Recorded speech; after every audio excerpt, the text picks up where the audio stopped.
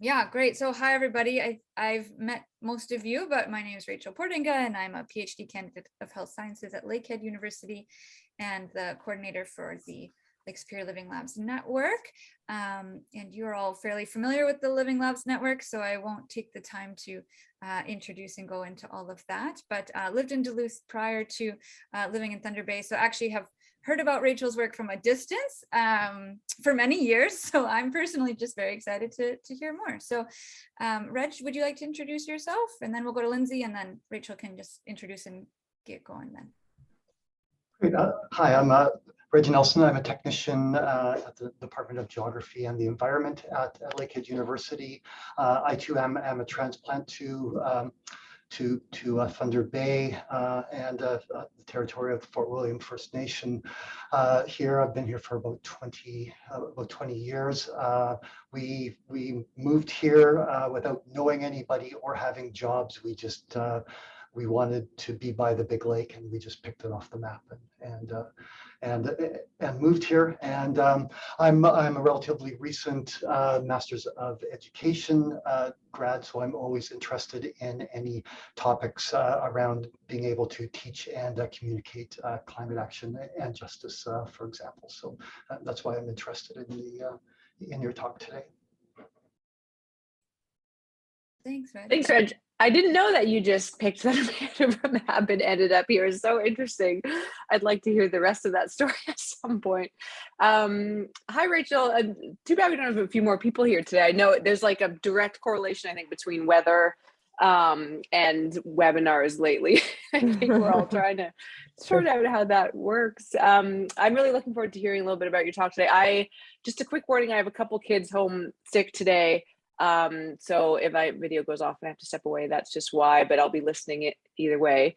So I am a professor of health sciences here at Lakehead, and I hold a Canada Research Chair position in social and ecological health. And most of my work intersects with climate change and climate action in one way or another, and climate justice in one way or another. I have a number of students working in this space right now. We've also been working on a pretty interesting or unique, I guess, initiative sort of institutionally called the Year of Climate Action, which I'm sure some of what you shared today will resonate with what we've been learning about, and we'll have some interesting connection points there, I'm sure. So I'll leave it at that and look forward to hearing more. And I'm sure we can sort of just have some conversation once we hear from you. I look forward to asking you some questions and learning more. Thanks. All right. Well, thank you. I am really happy to be here.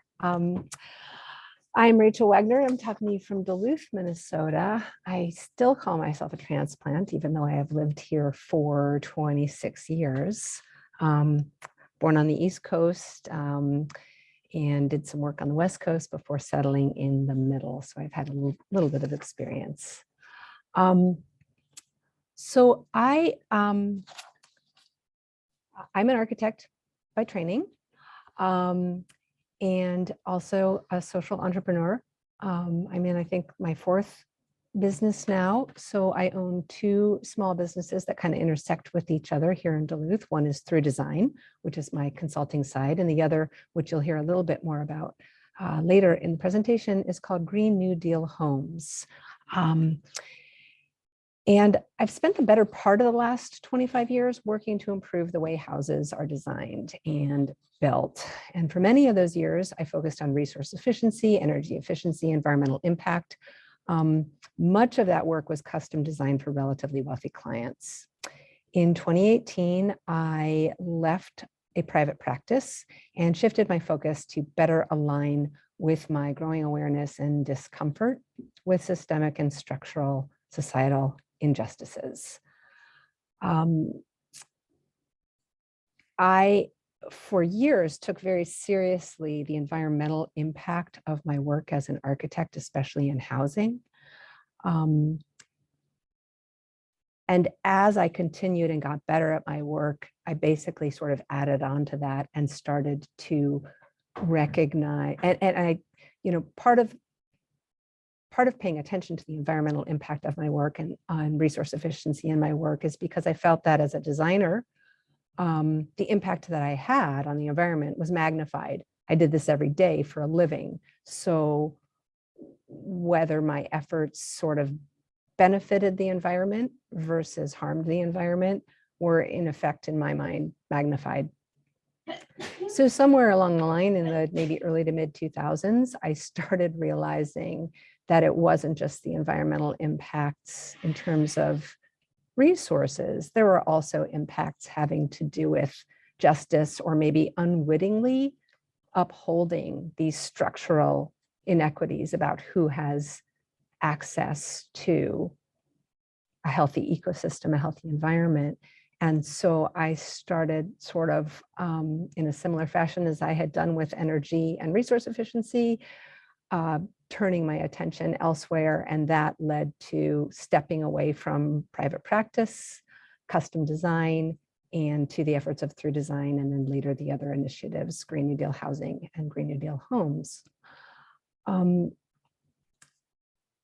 What you're seeing on this first slide is a snapshot from a 2-day workshop that I helped coordinate and deliver in Duluth last summer on environmental activism and power for middle schoolers.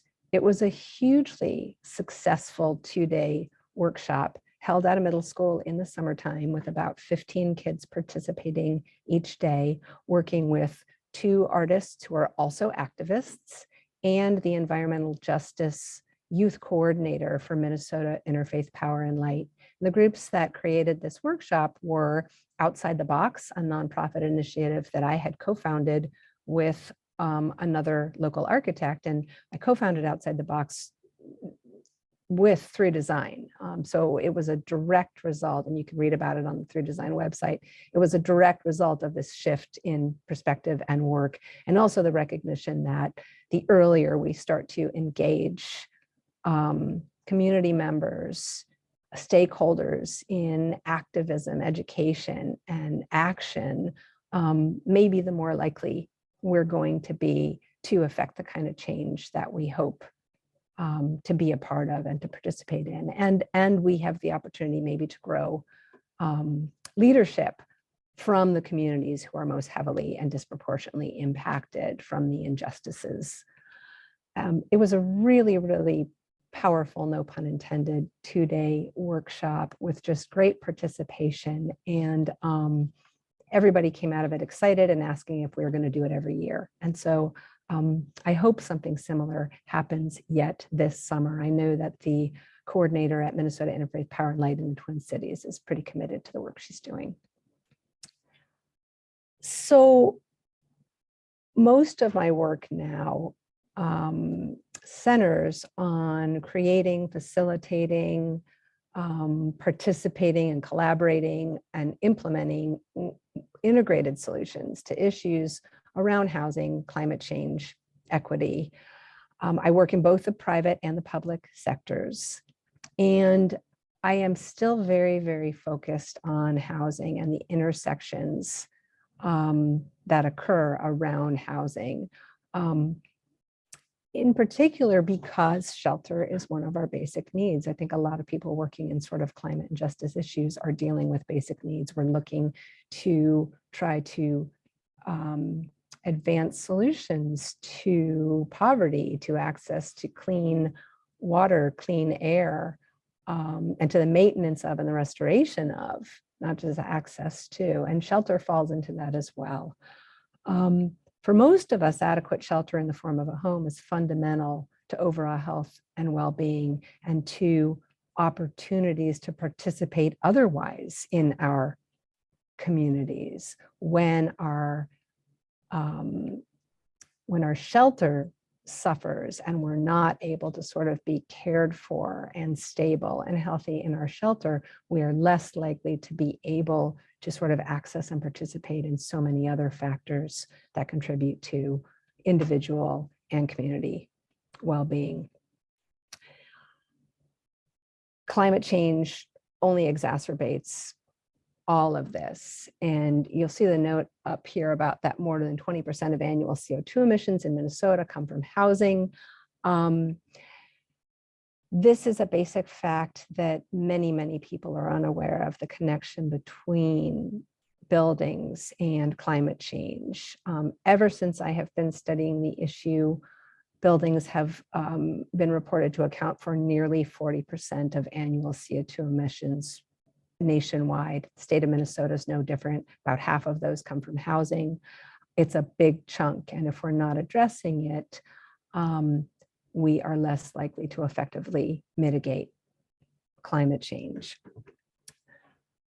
So that's the climate, that's the mitigation piece and the CO2 emissions piece. Alongside that, if our housing does not become more resilient in the wake of climate change, we will continue to perpetuate sort of the injustice and inequities that go along with this pollution.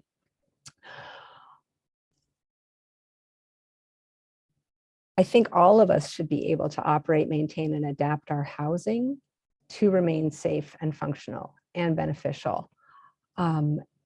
But in most every community, certainly in Minnesota, this isn't the case. And not surprisingly, the disparities occur across racial, geographic, and income-related lines. And this is structural. It's not accidental. So housing is really entangled with the other complex systems of our society, our environment, our economy.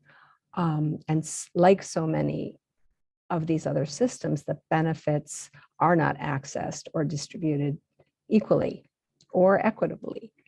We are a wealthy country in the United States, and yet we are watching these rising gaps, and we are seeing repeatedly over and over and over again just such widespread disparities in our communities about who is being made sick from pollution, who has access to cleanup, who has access to information.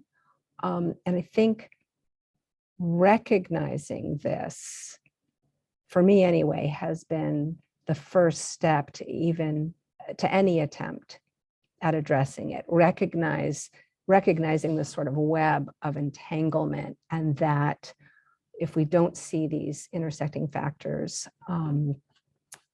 and these relationships, we will tend to go after solutions that are myopic as opposed to systemic and integrated.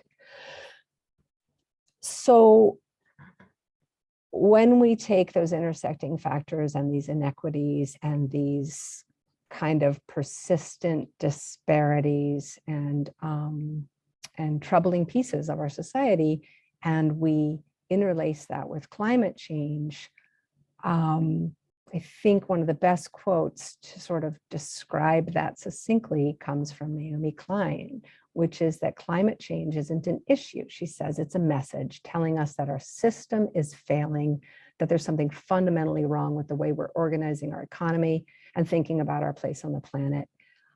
For me, this is like the gut punch.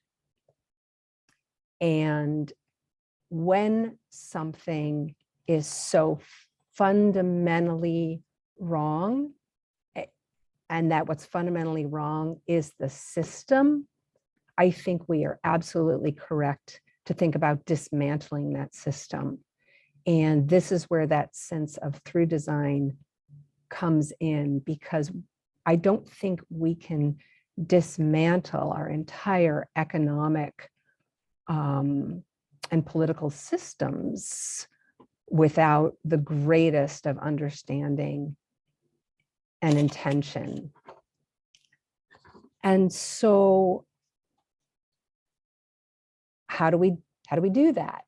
Well, I think at the most basic, we use systems thinking and something called design thinking, which is a way of sort of approaching creative problem solving and recognizing complexity where it exists to solve these systemic problems. And it is daunting to think about fundamentally changing the systems that drive and perpetuate the problems that we seek to mitigate, but this is exactly what's needed.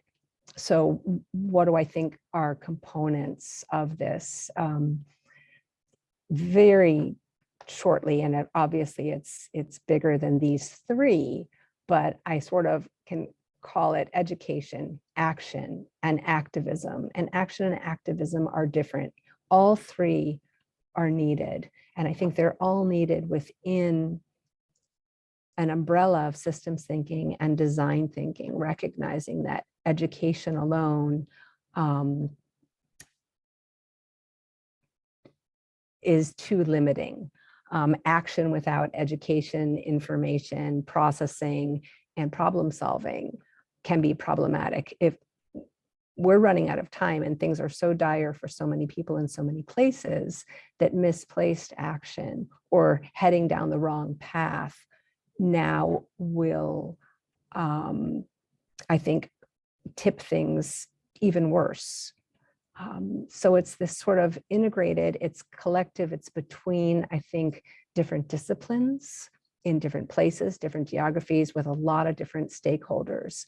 And then recognizing that not everybody has to do everything, but we can collaborate and work together.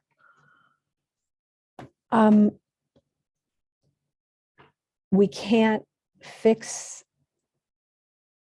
the variety of these crises with isolated efforts, I guess is what I'm trying to say. And I think we need to come together, excuse me, and I'm going to back up for a second, to the image on the left of the activism is part of this education and this action recognizes that the embedded systems that we currently rely on are to a large extent controlled by powers who will do anything to maintain business as usual for their own profit at the expense of everyone else. And until and unless those of us who are working at these intersections of change are willing to say this out loud, not just to each other, but to everybody that we encounter and work with, our efforts will be stymied. It's like not acknowledging the elephant in the room. And the elephant in the room is even bigger than an elephant. This is new for me. This is definitely not where I stepped initially or for decades. The image that you're seeing on the right is right after I signed in for my climate reality leadership training several years ago. So this is started by Al Gore, the Climate Reality Leadership Corps. I took the 3-day training, and I was one of the cohort that we tipped the scales to 20,000 trained climate reality leaders that year in 2019. It was an intensive 3-day crash course in activism. And I learned a ton about communication, collaboration, participation, and learning to maybe step into rooms where I had not only never been before, but I would say I actively avoided. And it didn't mean that I changed who I was or what, or even the focus of my work, but it meant I was willing to occasionally step elsewhere in order to participate and hopefully advance the kind of work I wanted to do. And I just urge everybody to seek out similar opportunities. And what the climate reality leadership training did for me was it made me more confident and maybe able to feel prepared in my participation. So what has that maybe turned into? Recently, I've been working very specifically on actionable solutions at these intersections of climate change and housing justice. This is an image from Green New Deal Homes, which is a new effort to create the kind of housing that is needed for communities everywhere for the next generation of housing, certainly to help mitigate climate change, but to also help people be more supported and able to live in housing that's not obsolete, not powered by fossil fuels, and durable in the wake of all sorts of factors that our communities face. Alongside making house plans and specifications super, super affordable to people, we are engaging in sort of public education, workforce transformation, and additional technical assistance, all at extremely low costs sliding scales to anybody who needs and wants to implement these solutions. Alongside that, I am working with Green New Deal Housing, a new nonprofit in Duluth with the mission to develop equitable zero energy housing and a green collar workforce in the Arrowhead region. This is another integrated solution that is attempting to work at these intersections of housing, climate, injustice, specifically in this region. We hope it will serve as a model for other communities to attempt a similar undertaking. It's a thoughtful attempt to address multiple facets of these crises of affordable housing, climate change, economic insecurity, and these injustices. And it provides, in addition to housing development and community partnership, workforce training and green construction practices, focusing on people who have lacked access or who have barriers to good paying jobs. And this is sort of in the words of Van Jones, to create a green collar workforce, that we have all sorts of needs if we want to transform this society that is going to require a workforce prepared and ready and engaged, and we don't have that workforce. So Green New Deal Housing is sort of working on 3 different fronts at once. We are having some good success. We've been engaged in our pilot curriculum and workforce training program now for 10 months. We've trained 20 people in green construction techniques and practices. The organization is beginning construction on its first zero net energy home in a low-income neighborhood next month. And we have 3 more on the boards, with land being donated from the city of Superior. So we believe that 2 years from today, we will have 4 or 5 completed homes, beginning to sort of show in practice what we believe is a scalable solution to housing, workforce training, and equitable community development. This is a pretty ambitious program. And in the beginning anyway, it was an almost unimaginable uphill battle. Why? Because we're fighting the status quo. In housing and in community development, quieter and in the background, or sometimes uncovered. I mean, I lump infrastructure into this as well. The same special interests who are not interested in change are at work. It's part of why our building codes remain woefully inadequate and almost willfully in opposition to alignment with reductions in CO2 emissions. That's not accidental. People and institutions are heavily invested in the status quo. It's how they make their money. They're not really inclined or motivated to see or address climate change, racism, or environmental and economic injustices, because lumping back to talking about these structural problems, the system was built to perpetuate these injustices. We have to be willing to say this and to think about how we dismantle those systems, because not only are they unjust, they are unsustainable. And climate change is going to force a reckoning. I think many of the people on this webinar believe that. And I think that the question then is, how do we address this reckoning and prepare ourselves to bring solutions to the table and push solutions, basically knock those out of the way who are in the way, so that we can open the doors to what we want to change. That's where the activism comes back in. We have to advocate loudly for something entirely different. We have to make something entirely different. And time is running out. If you are not familiar with Climate Town by Raleigh Williams, I think that he is a great example of the kind of activism that is getting people's attention.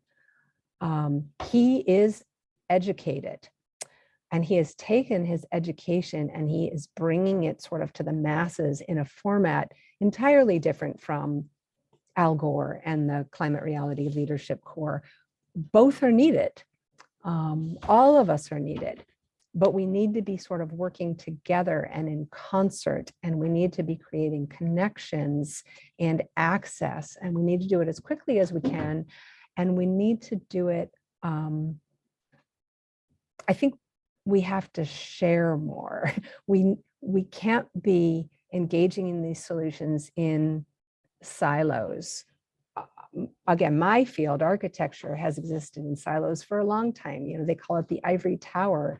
It is a terrible sort of format for leading change, because if you are protective of your solution and you want to monetize it, you are not going to change that system. So I am all for open source solutions of every kind, as much action as we can on every front to rapidly bring forth the kind of change that we want. So I guess to close, I want to say that climate change, like systemic injustice, is unacceptable. And one of my more recent sort of, eye-rolling or WTF moments of the last few years has been when I watched our governments and our nonprofits and even our universities shift from talking about climate mitigation to almost exclusively talking about climate adaptation. Now, of course, I believe that climate change adaptation is important, we have to, but to just dismiss the fact that mitigation is possible and changing things within 10 years is possible, and to jump over and say, oh, I guess we're just going to adapt, that's not acceptable. There is still time to fight this head on, and we have to keep calling it what it is. We have to change the things we cannot accept. So that's what I've got to share, and I'm happy to take some questions. Thank you so much, Rachel. That was really a great overview of your path and journey and the work you've been doing. So yeah, we have time for questions. I know I have some, but I can open it up. Reg or Lindsay, if you'd like to go first. Sure, I have like a ton of questions. I so enjoyed. Rachel told me, she's like, you're gonna love Rachel. You're gonna love all the work she's doing. And Rachel was so excited to hear this Rachel talk today. So thank you for sharing your sort of, first of all, thank you for just sort of being really honest and sharing some of your personal journey along the way to get to this amazing work that you're doing. And then also the work that you're doing is incredible. And so thank you for that. And so let's see, the first question I actually wanted to ask you is for my own sort of knowledge, or something that I've been just sort of, I haven't had a chance to learn more about design thinking. So systems thinking is sort of the foundation of how I operate. It's how I teach, it's how I do my research. It's sort of, so in particular, social and ecological systems think. So that intersection of, the social and the ecological environment, which everything you shared is doing that and so incredibly well.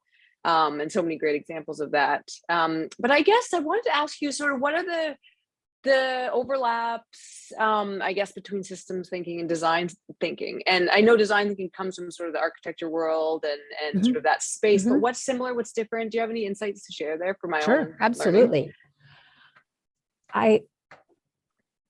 So systems thinking to me is the ability to recognize how so many pieces work in concert as a system to create sort of a larger whole. So, so it's recognizing that whether we're talking about a house or urban planning or an economic system or government, you can just use it again and again, both small and large in terms of systems thinking, recognizing that, and sometimes I talk about using different lenses, right?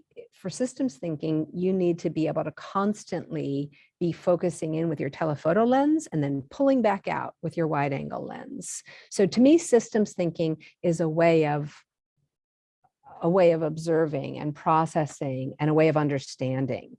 Systems thinking is not a way of solving. It's not a way of acting. It's not a way of proceeding. It's a way of understanding. So you need to start with that. If you have that and you have this ability, and you can hone this ability, you know, when you look at something and go, oh, is it what I'm seeing on the surface, or what's at work? What's deeper there? That's a systems thinking methodology. And I think it enables us to understand. I mean, scientists do it all the time. So, and that's the basis of engineering, I think, is systems thinking, so that you can understand how these different things interconnect, intersect, and then often either hamper or assist one another. Certainly how things impact. And sometimes the impact is for good, and sometimes the impact is not. So that's systems thinking. So when you want to overlay design thinking on that, design thinking is an approach to solving a problem. And it's used in, I mean, architects are trained in it. It's what you learn when you go to school. And it wasn't called design thinking when I was in school. Maybe it's called that now. And it's a kind of a cyclical process. And the first step is that systems thinking. The first step is being able to identify what is the nature of sort of the problem or the system that you're trying to address. And the second, and being able to define it and lay it out. Okay, these are the things that we're trying to work on now, or here's this problem that we have. Why, I don't know, why in Duluth are Indigenous children graduating at less than half the rate of our white children? Let's say that's the problem you want to solve. So you start to look at all the factors that may be contributing to that, kind of gathering it all. You're gathering that information and you're laying out sort of, this is what we're facing. And then the next step is starting to generate, well, what would it look like to fix that? What's the outcome we want? How might we get there? And in that second stage, there's no bad ideas. So that's where you're just sort of dreaming. And children do this all the time. They do it really well. They do it by nature. Children are design thinkers. Somehow we seem to smash that out of them. So in design thinking, your second stage is, okay, how about this? How about that? How about this? How about that? And you let it, all of those potential solutions hold space. And then you take a deep breath and you look at what you've generated, and then you start to gently vet those ideas, and you decide, and you don't scrap them entirely, but you pull the ones that maybe seem like they have the most promise, and you start to vet them. What would that be like? What's missing? What did we not address here? How might this work? And then you pick, maybe you're picking one. You might pick more than one, and you say, let's try this. Let's test this. Let's come up with a prototype. And as you test and try to develop whatever that solution is, you don't do it at such a large scale that if you fail, it's been catastrophic, but you do it in such a way that you can reliably say, this seems like it's going to work. Let's take it a little further. So you take it further. And if at any point, as you're vetting it, you're like, oh, we thought this worked, but it doesn't. Here's why. You set it back aside and you go back to where you were. So you can always go back. And then when you get the thing, the prototype, whether that's a house, a system, a program that you can test, you test it pretty rigorously, and then you get feedback. What worked? What didn't? What do we want to change? Do we want to do more of these? Do we want to say that was an interesting try, but it actually didn't work? You have to be willing to set that aside and go back to one of the other potential solutions. But if it works reasonably well, you say, okay, how do we do it again? How do we do it better? How do we scale it? That's design thinking.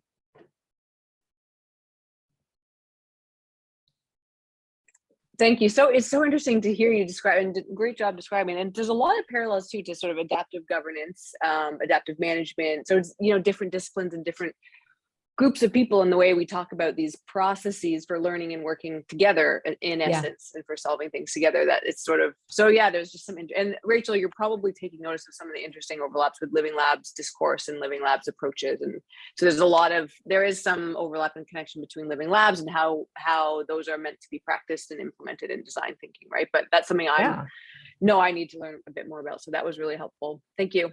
Yeah, I'm going to drop in the chat a little very short blog post I wrote about design thinking. Cool, thank you. A few years ago. And yeah, I was trying to find it while we were talking, but that didn't make sense. I'm not a very good, what's that called, multitasker.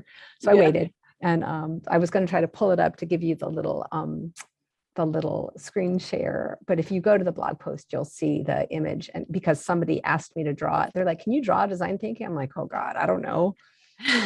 And if you look up design thinking, you're going to find a million graphic images. And I didn't care for any of them. They all felt too corporate. And somebody said to me, well, draw it. And so there's my uncorporate. That's how I define design thinking. But the blog post talks about, yes, it's absolutely, I've watched, just like you were mentioning, I've watched it be used in all sorts of systems that have nothing to do with architecture. I think it's very, very practical. And it can be taught. And it's fun. It's fun to teach it and watch people get it and then use it. So yeah.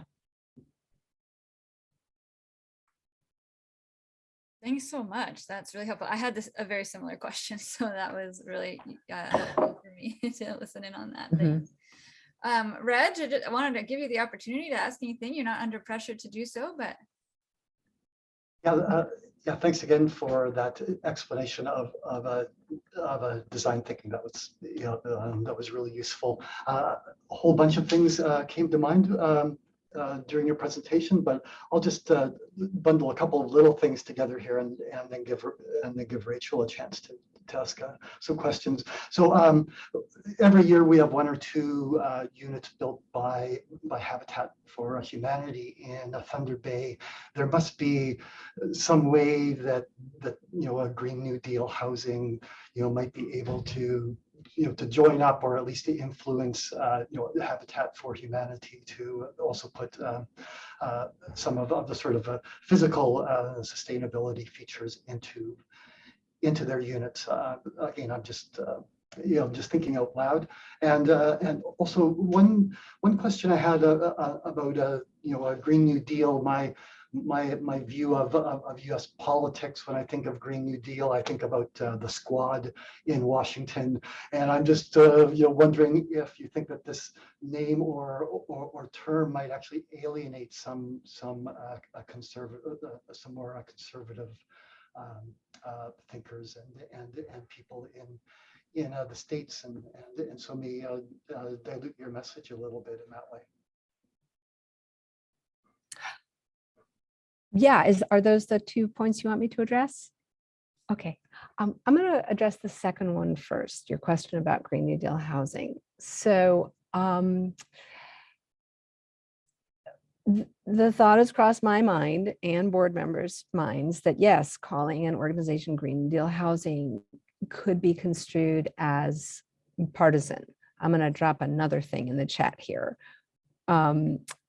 So we addressed this in the first blog post for Green New Deal housing head on, because first of all, it is kind of political, but it's not partisan. And that's where we tried to go with it. Is it political? Yes, because it's concerned with the affairs of the city. And absolutely, housing and climate change, if somebody wants to say that is not the concern of the city, well, then they can say that and they can disagree and they can be alienated. But I would say that fundamentally, if you ask most people, is clean water, clean air, access to secure housing the affair of the city, most of them are going to say yes. And so we are saying, yeah, this is, so now if we want to address clean air, clean water, secure, resilient housing, we have to be willing to confront climate change, and we have to be willing to confront these inequities. And that is positively impacting the affairs of the city. We also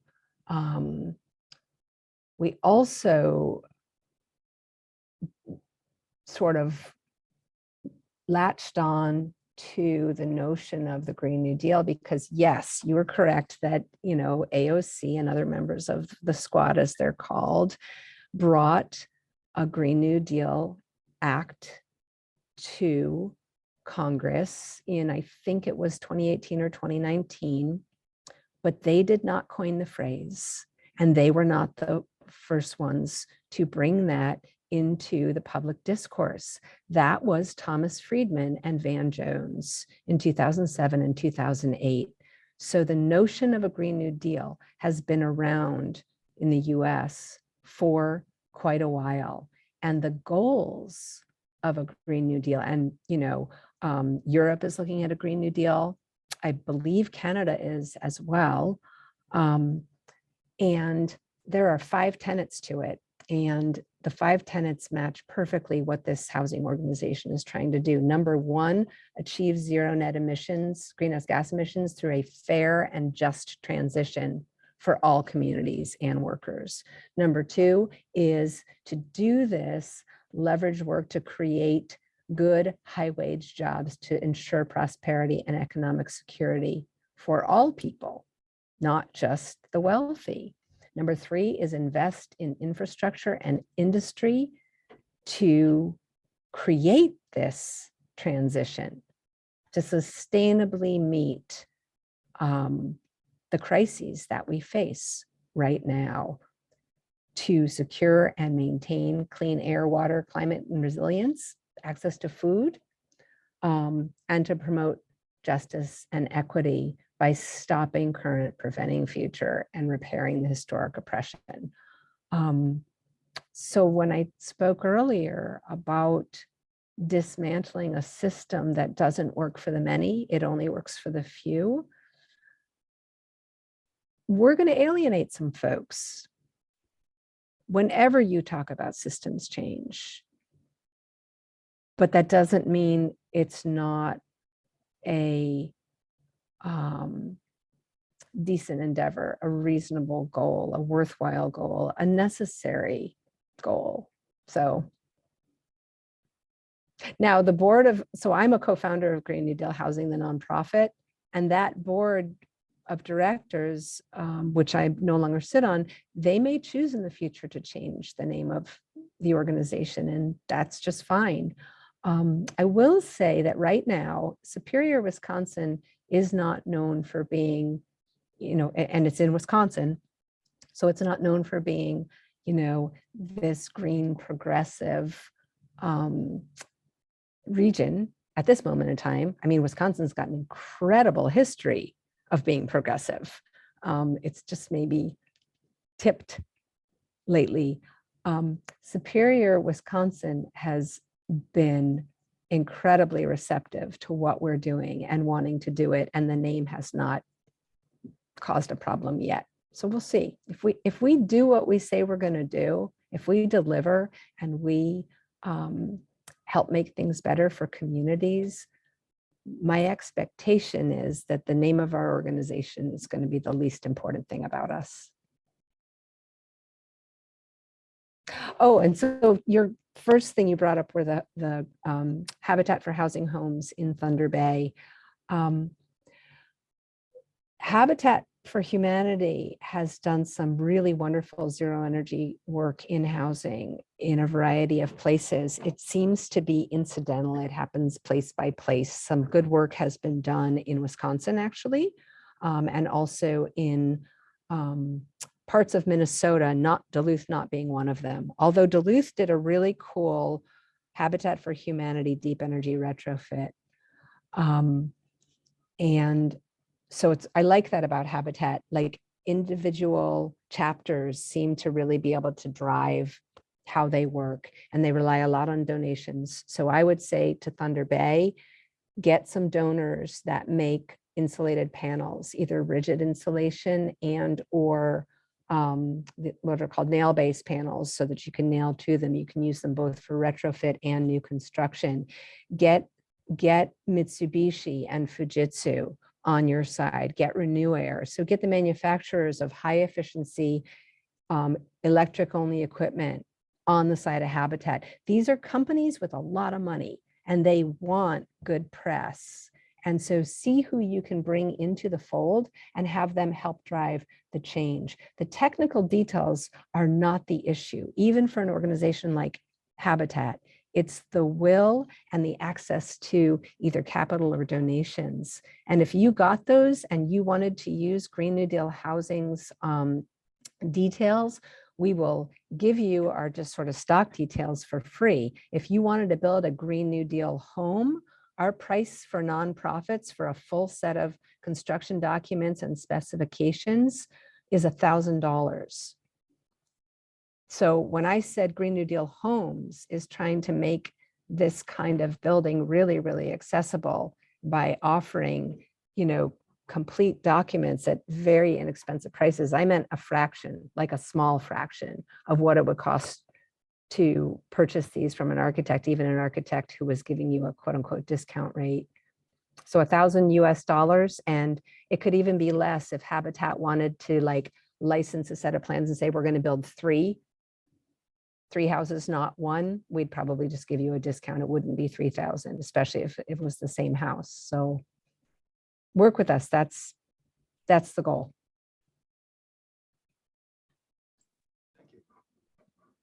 Go ahead, Reg. Yeah, if you wanted to. Well, maybe I'll ask one more thing. This may be a bit off topic. Are you familiar with another Minnesota organization called Strong Towns? Well, I didn't know that was a Minnesota organization, but I'm quite familiar with Strong Towns. Yeah, I guess I didn't realize they were based in Minnesota. Yeah, they are. They're based in Brainerd. Okay, yeah, that's right. Yeah. In addition to their main podcast, they have one called The Bottom Up Revolution, where they talk to people trying to enact what you called actionable strategies in their towns to make them stronger and make them better. I think that you would be a perfect fit for their podcast, and maybe I will recommend you to them. Thank you. And thanks for reminding me of them. People bring my attention to things. I research, I'm like, oh my God, that's amazing. And I sort of put it somewhere in the back of my head and then I don't do the next thing. So thank you. That happens. Rachel, can I just add, Rachel, I'm going to share one thing to add to your list of things to read or this is an interesting book. I would just read, oh my gosh, you can't see it at all because of my funny background. It's called The Red New Deal. Tell me. Yeah. Indigenous Action to Save Our Earth. So it's just it's an Indigenous sort of interpretation of the Green New Deal. It's interesting. It's like another layer for thinking through. I think you'll enjoy it. And money from the book goes to support activism. So anyway, I can find the link and put it in the chat for you here, but I think you might enjoy it. Thank you. That'd be great. Thanks, Lindsay. Yeah, this has been really interesting. I guess I have so many questions, but one is that I'm curious about your you said you're working in public and private sectors and I'm curious if you could just share a bit of how that collaboration works. And are you pulling these meetings together? Is there someone else, or where are your key collaborators? How's that sort of actually on the ground functioning? So that's an excellent question. So often, up until recently, almost exclusively, I or Green New Deal Housing's co-founder were calling these meetings together. And as I mentioned in the sort of presentation, I said it's been an almost unimaginable uphill battle. When I was working sort of more, not exclusively in Duluth, because also we were trying to make contact with folks on the reservation. All this was during the pandemic, and the pandemic did two things simultaneously for Green New Deal Housing. It completely hampered our efforts. Nobody knew who we were. Most people still don't know who we are. But it also opened up certain doors that might not have opened otherwise, because everybody was working from home, sort of sheltering in place. And I ended up able to have a whole bunch of one-on-one conversations that I probably never would have had if everybody was at the office. But I've had to be more persistent. This is that other piece about stepping through doors that I didn't in the past and doing things in a way. I'm not the cold call person. I'm not on social media. I hate it. Like there's all these things. So most of the meetings were initiated and it usually had to be 2 or 3 and different people either associated with the city or a different organization, multiple banks. We ended up getting a big chunk of funding for our first pilot construction project from the HRA of Duluth. That's the Housing and Redevelopment Authority. And so that's a public housing organization in Duluth who, after multiple meetings and really sort of showing and sharing, ended up creating a new construction financing program only for zero net energy or zero energy ready housing. We fundamentally changed something that we made something exist that didn't even exist. This pot of money, you can only borrow from it at 2%, I might add, 2% construction financing up to $300,000 per project, but your project has to be zero energy or zero energy ready. So that was a really cool example of this kind of persistence and knowing our stuff and being able to show broadly what we were doing and why it mattered. Now, a shift in that is I had also been trying to work with our carpenters union for the better part of a year and making very, very limited inroads there. But one person who is a union carpenter, kind of kept responding favorably, and we kept staying in touch. And then he heard that these lots had come available again in Superior, Wisconsin. They had been available and we didn't ask for them early enough because we weren't ready. We're cautious. We're not, that's also part of that design thinking. We had house number 1 at the ready, and I don't think I was ready to say, let's do 4 at once and see how that goes.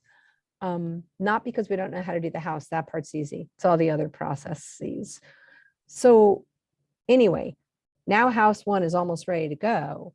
And I'm reconnecting, trying to think in advance for our next development projects. And this person from the union who likes to work over in Wisconsin got in touch with other union people over there and somebody who has the ear to planning and development. And I started getting phone calls from people I didn't know. And I took those calls, started having these conversations. And before I knew it, it was like I was being invited to the table with city officials of Superior, including the mayor, who called me and said, okay, I'm hearing this thing. It sounds too good to be true. Those were his words.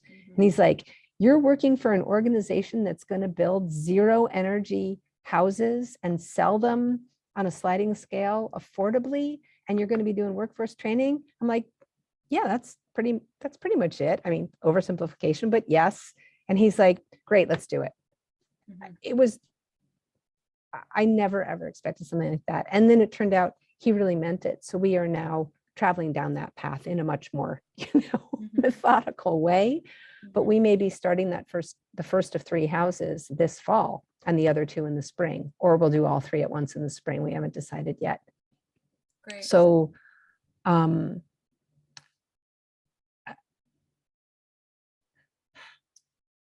guess what I want to say is that having a good solution, feeling confident that what you're trying to do is workable because you've done similar things, because you've talked to enough different stakeholders, because you've had people who don't agree really questioning you and forcing you to rethink and get stronger and go, well, you're right, that part might not work. Maybe we should try this. Getting to that place, and Strong Towns, I think, is another great example. They're advocating for something, I think, really necessary and important, and they are pretty secure in their understanding of what it is they're trying to change and the battles that it will take to change that. But as I guess I like to say, they've done their homework. And so if we've done our homework And then we have educated ourselves to be experts or brought on the experts. Like, don't be skin deep on the stuff that you want to change. You have got to know it inside and out, so that you can not only answer questions, but so that you can take criticism constructively and recognize when criticism is valid versus when it is irrelevant or somebody basically trying to, what's that word? Deflect or distract you, right? If you don't know your subject well enough, you don't know which criticism should be heeded. But if you can do that, and then you're willing to be tenacious, that's where that both action and probably a little bit of activism, if what you're trying to change is so fundamental to the way that the cogs of our society and economy are working right now, you're going to have to add activism to your toolkit. But I've learned that it doesn't scare everyone away. So I'm jokingly now, I'm calling the mayor of Superior my new best friend. Don't tell him that. He doesn't know I'm saying that. But I've heard great things about what the city of Superior is doing in this realm. So that's really exciting to hear that it's been really positive for you too. Yeah, really looking forward to hearing more about that. But we are at our time for today.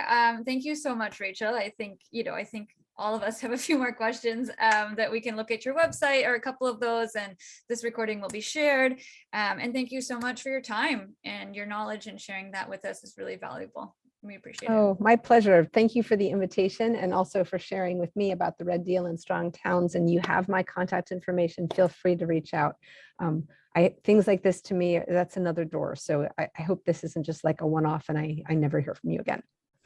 Absolutely. Yeah, same for us too. And I'll follow up with you over email on ways we can connect going forward. That sounds great. Okay. Thank you, Rachel. Thank you. Have a great Bye, afternoon, Reg. everyone. Okay. Bye now. Bye.